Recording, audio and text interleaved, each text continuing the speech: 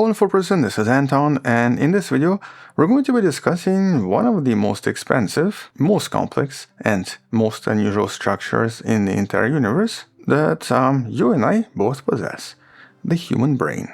And specifically, we're going to focus on some of the recent studies that try to resolve some of the unusual mysteries in regards to the human brain in order to uncover its true origins. And that's because for a long time, evolutionary biologists tried to solve a major paradox.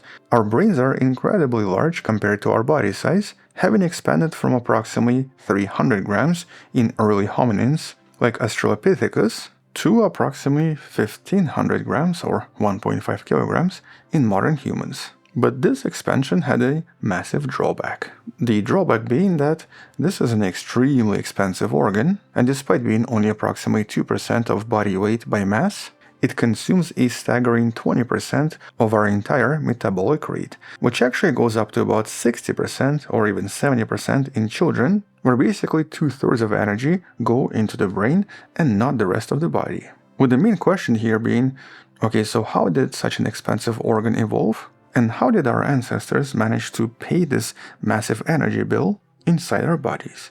And for many decades, the dominant theory suggested that this was basically through eating meat, or basically by consuming animal proteins and fats. Somehow, over the past 6 million years, this drove the brain's evolution and increased the size from 300 grams to 1.5 kilograms. But a fascinating new study we're going to be discussing today that was just published in Science in August 2026, a study by Jenny Brand-Miller and David Raubenheimer, suggests we might have been overlooking a major key ingredient: sugar.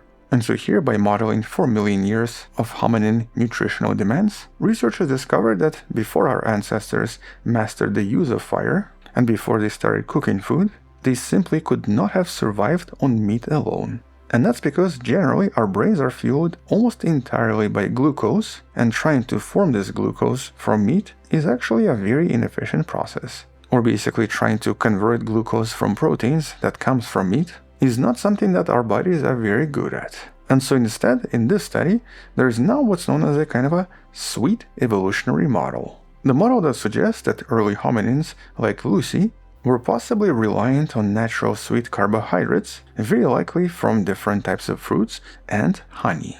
And well, here this of course has quite a few implications for the evolution of human anatomy, and even the implications for our own cravings today. So basically this kind of reframes human evolutionary anthropology.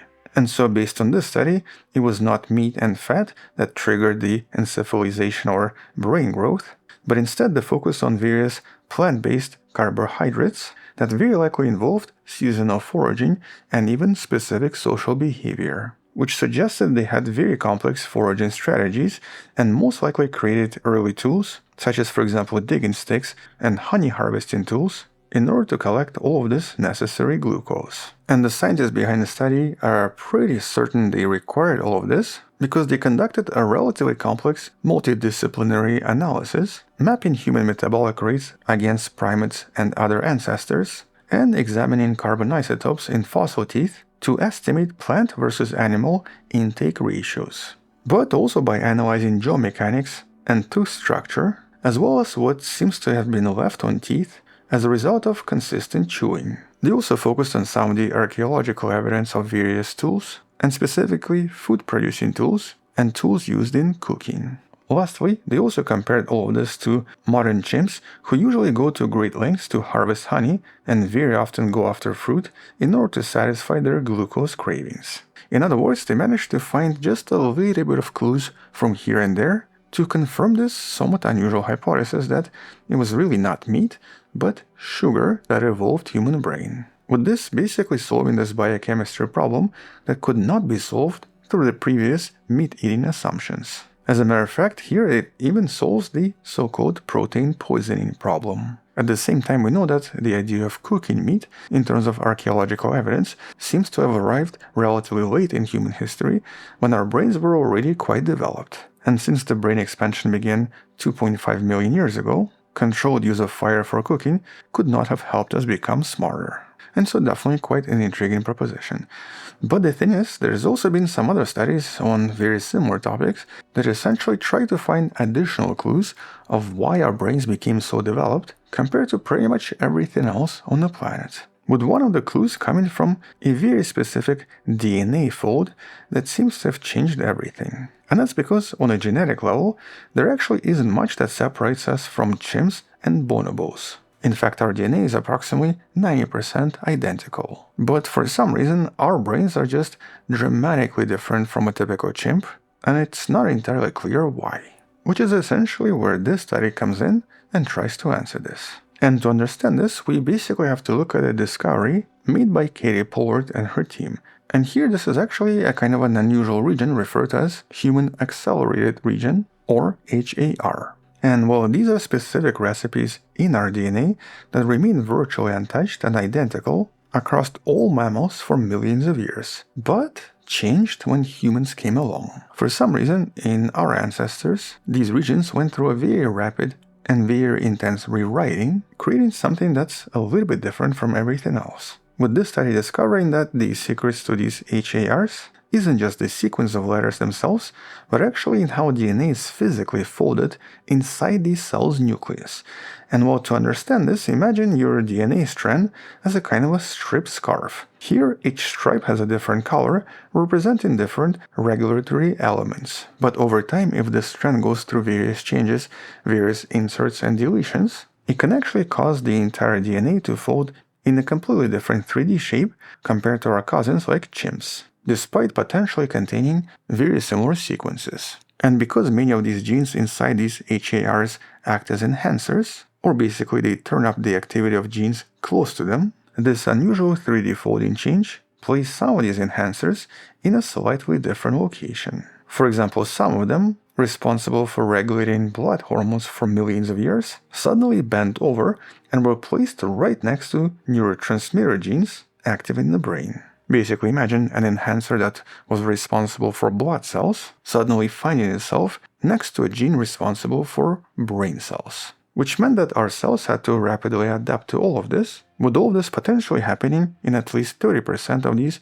HARs. And though this might sound complicated, the overall picture here is that this change in 3D shape inside our DNA seems to have dramatically increased the development of various brain cells, and specifically neocortex, and shaped the neural pathways that gave us our intelligence, memory, and focus, with all of this potentially being a kind of a structural accident. Or basically that fold itself very likely happened accidentally, placing some of these genetic switches in such a way that it started to build a brand new brain that never existed in primates before. But the genetic accidents did not stop here, because a different study discovered something else. And well, for a long time, scientists also believed that genes, specifically new genes, only evolved from pre-existing genes. But in recent years, we've discovered a process that basically sounds like science fiction. For some reason, our cells can actually turn junk DNA, or DNA that we thought was useless, into something that's fully functional. And so here we're talking about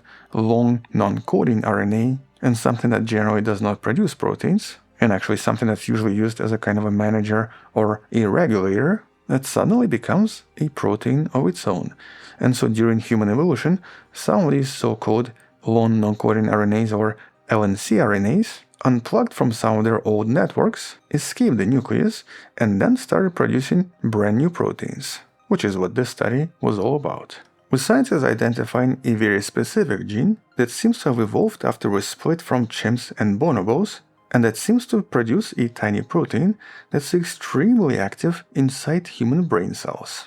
And when the scientists tried to study this gene, they discovered that it does something extraordinary. It keeps the neural stem cells in a kind of an immature state, allowing them to divide many more times before they mature into neurons. In other words, they create a kind of a Peter Pan state for newly developed brains. Which means that one of the main secrets of why our brains seem to be larger is also the fact that they seem to stay in a kind of a childish state for much longer. And this was even sort of proven when scientists injected some of these genes into mice. with mice actually developing significantly longer neocortex because their neural development also slowed down. And that means that our ancestors very likely experienced this unusual mutation sometimes in the past, which seems to have been yet another reason why our brains are so different. Which of course leads us to this beautiful concept that's now referred to as the Peter Pan syndrome of human brain. This was officially published in the Nature Ecology and Evolution by Stephen Rowe. And here this was the analysis of various brain lobes in a lot of different primates. For example, in chimps, the different lobes of the brain seem to evolve independently, and their integration usually stops around adolescence. But in humans, and also our extinct cousins Neanderthals, we actually evolved a highly integrated brain structure, especially between the parietal and frontal lobes. But more importantly, unlike chimps, we actually maintain this high level of integration throughout most of our adult lives. And, well, in a very realistic anatomical terms, it means that our brains never fully grow up, which is why it's called the Peter Pan syndrome, which actually means that we retain a high adaptability, plasticity, and learning capacity of a typical juvenile primate forever. And which also suggests that our intelligence is not just about the size of the brain, it's also about staying young inside and the overall structural interconnection. Which brings us to the next important question. Okay, so hypothetically, can our brains actually grow larger and become even more complex? Or in other words, can we actually reach the next evolutionary level in terms of intelligence? Well, we do have at least one answer from a separate study, and that answer seems to be no. And so here, based on a study by Dr. Mareke Albert at the Dresden University of Technology, we now have a very intriguing experiment using brain organoids and a growth factor referred to as epirigulin. Now, this growth factor is not actually unique to humans and does exist in a lot of other animals. It's actually present in mice and primates. But in mice, for some reason, this gene is permanently shut off and is never used for the brain development at all. Yet in humans, it's extremely active and promotes the rapid division and expansion of the stem cells that eventually result in the brain. And well, here is the strange part, or I guess the interesting discovery from the experiment. Here, researchers decided to add this growth hormone to a tiny brain organoid created from the gorilla neuron cells, or basically gorilla stem cells that were turned into brain cells. And interestingly, they also began to divide and expand extremely fast, mimicking human development, implying that if gorillas had very similar amount of this growth hormone, they could potentially develop very similar brains. But when they added this extra hormone to human brain organoids, pretty much nothing happened at all. And by the way, if you want to find out more about these brain organoids, check out one of the previous videos in the description. But in essence, the implications here are pretty clear. The human brain, or human neocortex, seems to have already expanded to such a massive extent that it hit a kind of a maximum biological limit for this particular growth pathway.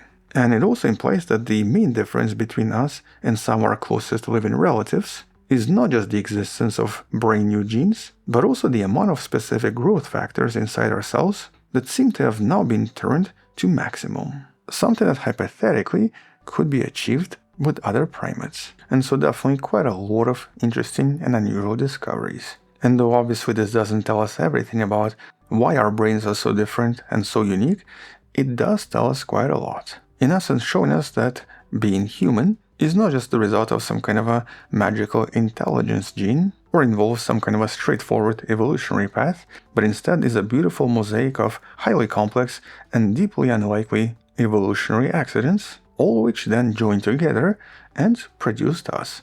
As a matter of fact, there are a few more discoveries I haven't mentioned here, mostly because this video is already getting pretty long, but that we will talk about in the next part, which might be a good reason to subscribe because this video is coming out really soon. And so in essence, a series of these biological accidents, everything from unusual 3D shapes inside DNA to specific gene development to the fact that we started to eat fruit and consume honey to feed our brains, is basically the main reason why you and I are able to sit here today and talk about this, watch this video, and then even wonder about how we got here in the first place. But it's really the future research that's probably going to make this picture just a little bit more clear and reveal a few more surprises about these very unusual wrinkly walnuts inside our heads.